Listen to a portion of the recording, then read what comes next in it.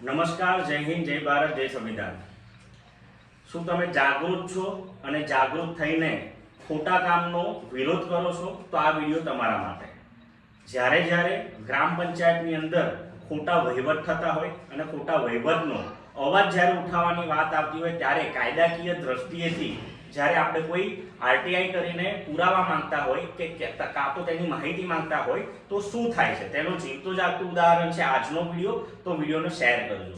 વાત છે પાદરા તાલુકાના કુરાલ ગામની। કુરાલ ગામે વર્ષ 2024ની અંદર જે જગ્યા પર જે કામ બતાવવામાં આવ્યું છે અને તેના પૈસા પણ ઉપડી ગયા છે, છતાં પણ એ જગ્યા પર સ્થળ તપાસ કરતા અને માહિતી માંગનાર આપણા હર્ષદભાઈ પટેલ છે।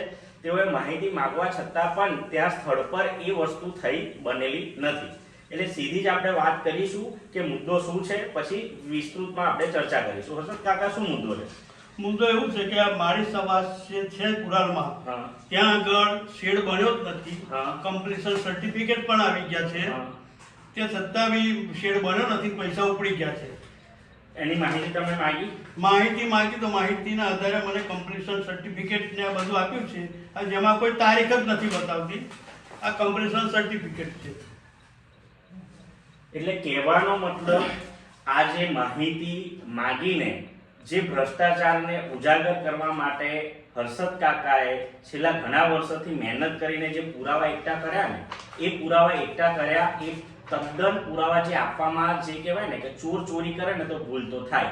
એ ભૂલ એવી છે કે જે માહિતી એમને અત્યાર સુધીમાં જે આપવામાં આવી, તમે જુઓ કે આ જે જગ્યા પર શેડ બન્યા નથી ત્યાંના પુરાવાના ફોટા છે, સાથે જે સીસીનું સર્ટિફિકેટ છે, બરાબર, તેમાં કોઈ પણ જાતની તારીખનો ઉલ્લેખ કરવામાં આવ્યો નથી અને આ ત્યાંના સહી સિક્કા કરેલા પુરાવા છે।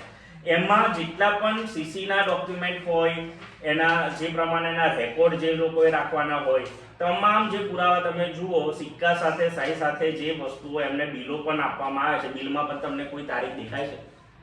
બિલ વગર પૈસા ઉપડી જાય છે। આવો અણઘટ વહીવટ અને આવો ભ્રષ્ટાચાર કરનાર લોકોને બચાવવા માટે જુઓ છે એક પણ ડોક્યુમેન્ટ પર જે માહિતી આપવામાં આવી છે, એક પણ ડોક્યુમેન્ટ પર તારીખ લખેલી નથી। એટલે જે હડબડાટમાં જે પ્રમાણેની તારીખો વગરની જે વહીવટ જે આપવામાં આવે છે એ તમામ જગ્યાઓ પર આ વસ્તુ થાય છે। કહેવાનો મતલબ એ છે કે આ બાબતની જાણકારી એમને આરટીઆઈ થકી પ્રથમ અપીલ આપી, ત્યારબાદ આયોગમાં ગયા પછી પણ તેનો હુકમ થયો કે ભાઈ અમને જે માહિતી જોઈએ એ આપવામાં આવે, છતાં પણ એમને એ માહિતી આપવામાં ના આવી।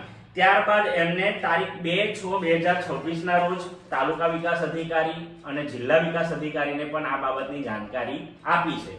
હવે જોવાનું રહ્યું કે 2 તારીખથી લઈને આજે 16 તારીખ થઈ છે, 14 દિવસ થયા છે, બીજા આપણે એમને 7 દિવસ આપીએ એટલે 21 દિવસ પૂરા થાય। આ 7 દિવસની અંદર આ જે મુદ્દો છે, આ જે સમસ્યા છે, આ જે ભ્રષ્ટાચાર છે, તેના પર અધિકારીઓ દ્વારા કામગીરી કેવી કરવામાં આવે છે એ આપણે જોઈએ અને 22મા દિવસે આપણે પાદરા તાલુકા વિકાસ અધિકારીની ઓફિસે જઈને ત્યાં આગળ એનો જવાબ માંગીશું અને જરૂર પડશે તો એ કચેરીનો ઘેરાવો પણ કરીશું। આ એટલે કહેવું પડે કે જ્યારે કાયદાનું ઉલ્લંઘન જ્યારે અધિકારી કરતા હોય તો અધિકારીઓ પર કોના હાથ છે, અધિકારીઓ કોના નજરની અંદર કે કોના ઉપરી હાથની અંદર આવી ગંભીર ભ્રષ્ટાચારના વિરુદ્ધ જ્યારે પુરાવા સાથે કોઈ રજૂઆત કરતું હોય તો કેમ કોઈ કાર્યવાહી કરવામાં આવતી નથી? માટે ખાસ કરીને અધિકારીઓ જે વહીવટકર્તાઓના ભ્રષ્ટાચારને છુપાવવા માટે પોતે બલીનો બકરો બને છે, ઓરીનું નારિયેળ બને છે, એ તમામ અધિકારીઓને કહેવા માંગીએ છીએ કે તમને જનતાના ટેક્સથી પૈસા મળે છે અને સરકાર સંવિધાનથી ચાલે છે અને કાયદાનું ઉલ્લંઘન જો અધિકારી કરશે ને તો અધિકારી પર પણ કડકમાં કડક કાર્યવાહી કેવી રીતના થાય છે ને એ અમને આવડે છે। માટે કોકને બચાવવામાં તમારી નોકરી ના જાય, તમારા પર એક્શન ના લેવાય તેવી તકેદારી તમે રાખજો।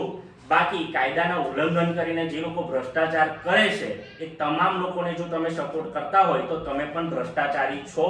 માટે આવનારા સમયમાં તમારી કચેરી પર આપણે રૂબરૂ મુલાકાત કરીશું. આ વિડીયોને બને એટલો શેર કરજો અને શું તમારા ગામમાં પણ આવો ભ્રષ્ટાચાર થતો હોય તો ચોક્કસથી અમને જાણકારી આપજો. અને ખાસ આવનારા સમયમાં મારા પોતાના ગામના પણ જે ભ્રષ્ટાચાર છે એ ખુલ્લા હવે પડશે. જય હિન્દ.